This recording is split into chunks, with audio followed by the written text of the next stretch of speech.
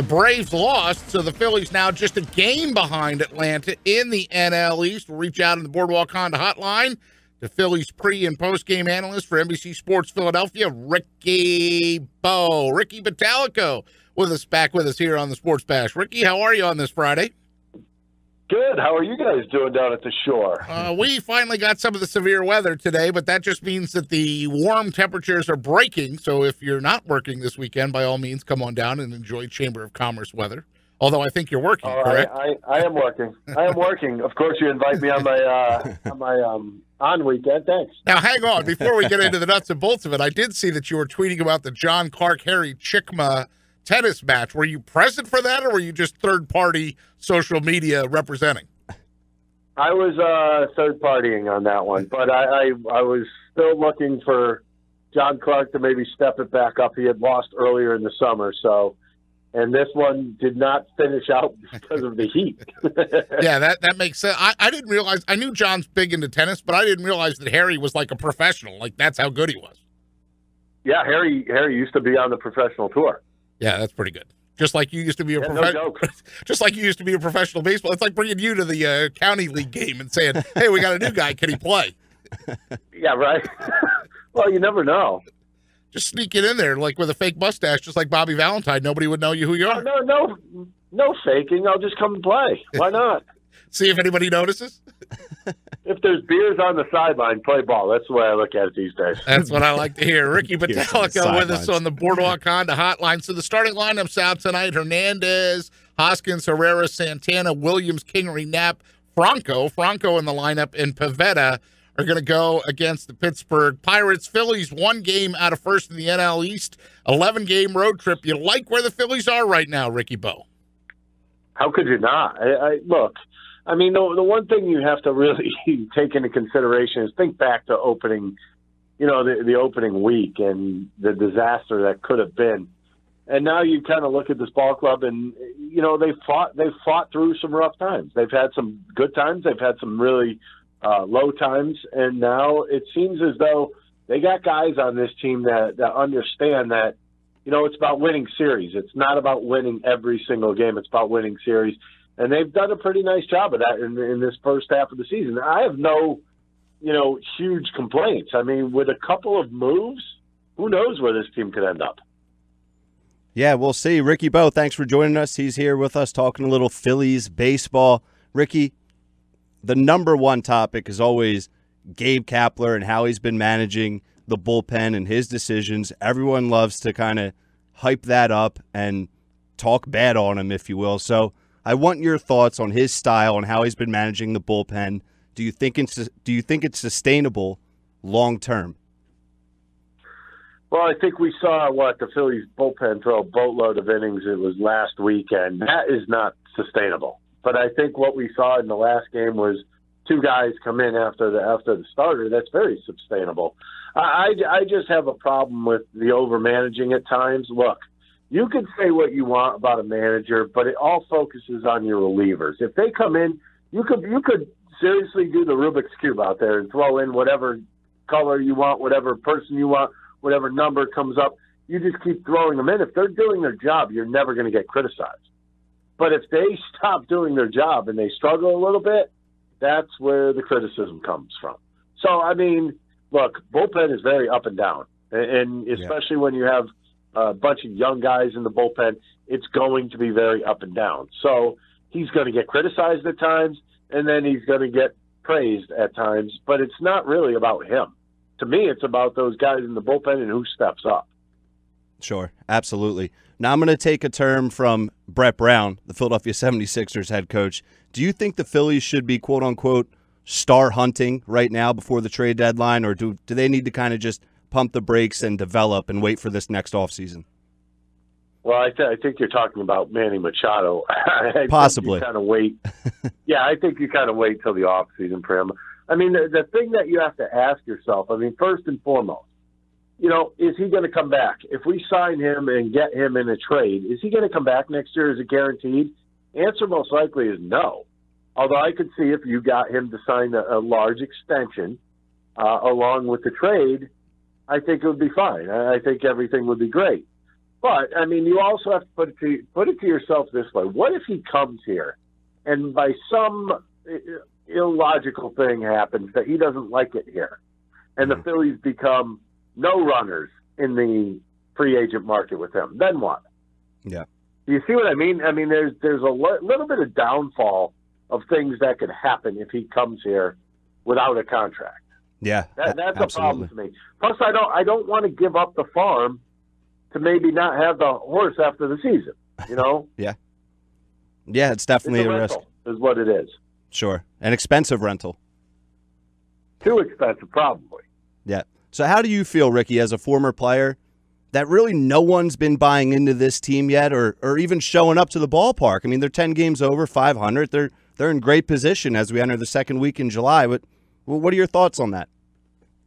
I think they'd rather be down the shore right now and looking at it and watching it on TV and watching it on social media. I just think right now, I mean, let's face it, the games are very long, and I think that's a big, big problem. Regardless of what anybody wants to say, it's become a big problem within baseball right now. But I mean, in the other case, I mean, a lot of things. The stadium is no longer in its first or second year where it's a tourist attraction. It is, it's the home of the Phillies now. And I don't know. I just don't think it's that party thing like you normally would see at Citizens Bank Park. Plus, I don't know if the Phillies have thrown their stars out there enough at this point, the young stars that they have. They haven't. I don't see the marketing like they used to do with a Utley, with a Rollins, with a Howard. You don't really see that right now. And, sometimes that is definitely part of it, but it's also people grasping onto something that they don't necessarily believe in yet. And I don't know if it's Gabe Kapler. I don't know if it's the content of players on the team, but they just have not grasped this ball club yet. And it is a good team, and I think they should.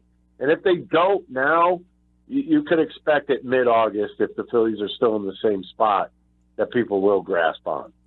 Ricky Bottalico with us here on the Sports Bash on 97.3 ESPN. You bring up Gabe Kapler, Ricky. Is there anybody out there in Major League Baseball right now that's gone from where he started? They wanted to run him out of town on a rail to now there's articles out there mentioning him as a potential National League Manager of the Year. Have you seen a progression in Gabe Kapler? Have you seen the change in how he's handling things? And do you think that Manager of the Year talk is warranted? Well, what I saw in the first week and a half of the season is somebody going strictly by computer-based numbers. You can, and I think I talked to you guys early on. You did. It was great. I didn't get it. I didn't get it, and you can't get it because when you're a manager, you have to have some kind of an eye on what you're looking at. You have to look at things and say, okay, I like this, I don't like that. You have to have a feel for your ball players.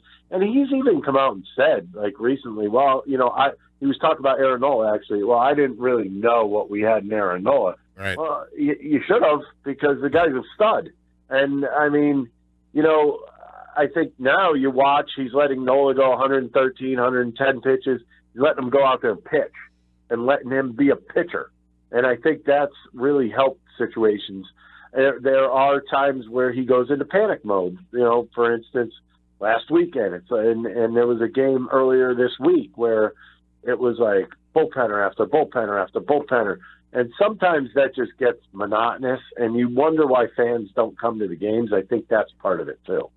But, I mean, should he be considered? Yes. You look at records from last year to this year, something happened that's different. Yes, granted, the players have grown, and they were young last year. They're still young, but they're learning now.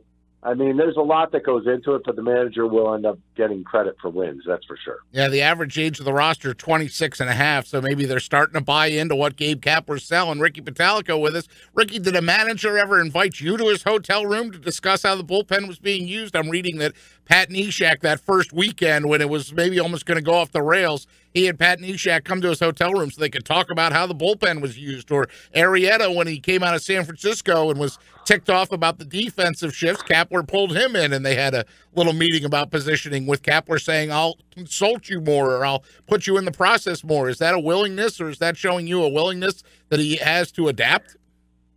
That's showing me that he understands that he's a young manager. He understands that he's a guy that needs to be in constant communication with his players. And especially if you notice the two players you mentioned, both veterans. Okay? That's the thing that's a little concerning about the free agents coming here. Are they going to want to come here and deal with, the stuff that the other free agents have dealt with? That's the question mark.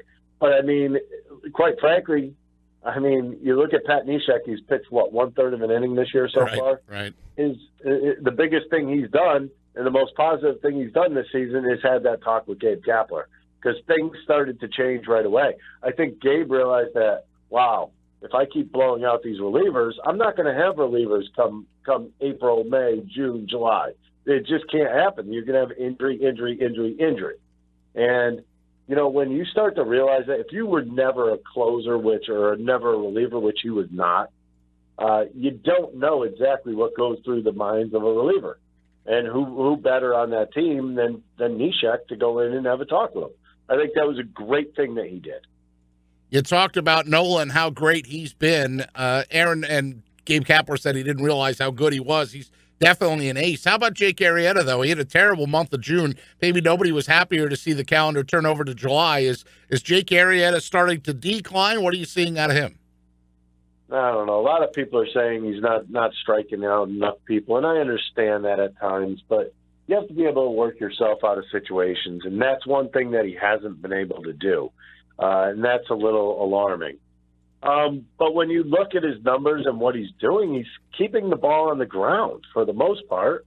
I think his last game he had 10 ground balls and 3 fly balls for outs. So, to me, that's getting the job done. I was always taught, keep the ball on the ground, good things will happen rather than bad.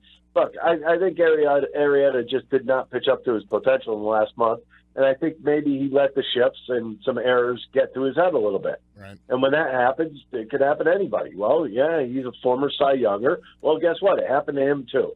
So, sometimes you just got to think about that in a different way. Think about it for, picking up your teammates and not letting them down in those situations. Yeah, you're right. That time Arrieta was most frustrated was when the defense might have been the worst. They've had 61 errors in 84 games. As we sit here and look at a team that has the best home record in the National League, the only 4 teams in the National League have more wins than the Phillies at this point: Atlanta, Milwaukee, Chicago, and Arizona. And then the 6 sweeps so far. What does that tell you, Ricky Bo? That and the Nola stat that went up at the end of the other game the other night, 8-0 at home. Only Tommy Green in 93 was 9-0 at home before the All-Star break. Those are 2 big components of why they're having such success. Yeah, Nola, when you think about, just the Phillies in general and their starting pitching in general, I think is the biggest key. You look at Zach Eflin and what he's done. You think about his 2 worst games that he pitched. He had 12 days off before that 2-game skid. That was probably the worst thing that probably could have happened to him, because before that he was dominant. After that he's been dominant. You look at Aaron Nola. Strictly just he gives me the most confidence before a ball game to watch him, because I know he's going to go out there. Even if he gives up a couple runs, he's going to shut that down and figure it out during a game. He is the best pitcher on this team for making in-game adjustments that there is on this whole pitching staff. And I'm not just talking about starters. I'm talking the whole pitching staff. He is the best guy that makes adjustments immediately. But, I got to tell you, I put everything on the starting pitching staff, because if they were not as good as they have been, the Phillies would not be where they are. He's Ricky Bottalico. He's NBC Sports Philadelphia Phillies analyst, pre and post, a former big leaguer and reliever, and aficionado of things down the shore. We hope he will come down and visit us sometime, and we'll all get together for a couple of frescas, a couple of Shastas. Ricky Bo. Sounds good to me. Book it, baby. All right, pal. We'll look for you tonight on the television. Phillies at Pirates to open up a weekend series. Michael B., you working with? Who you working with?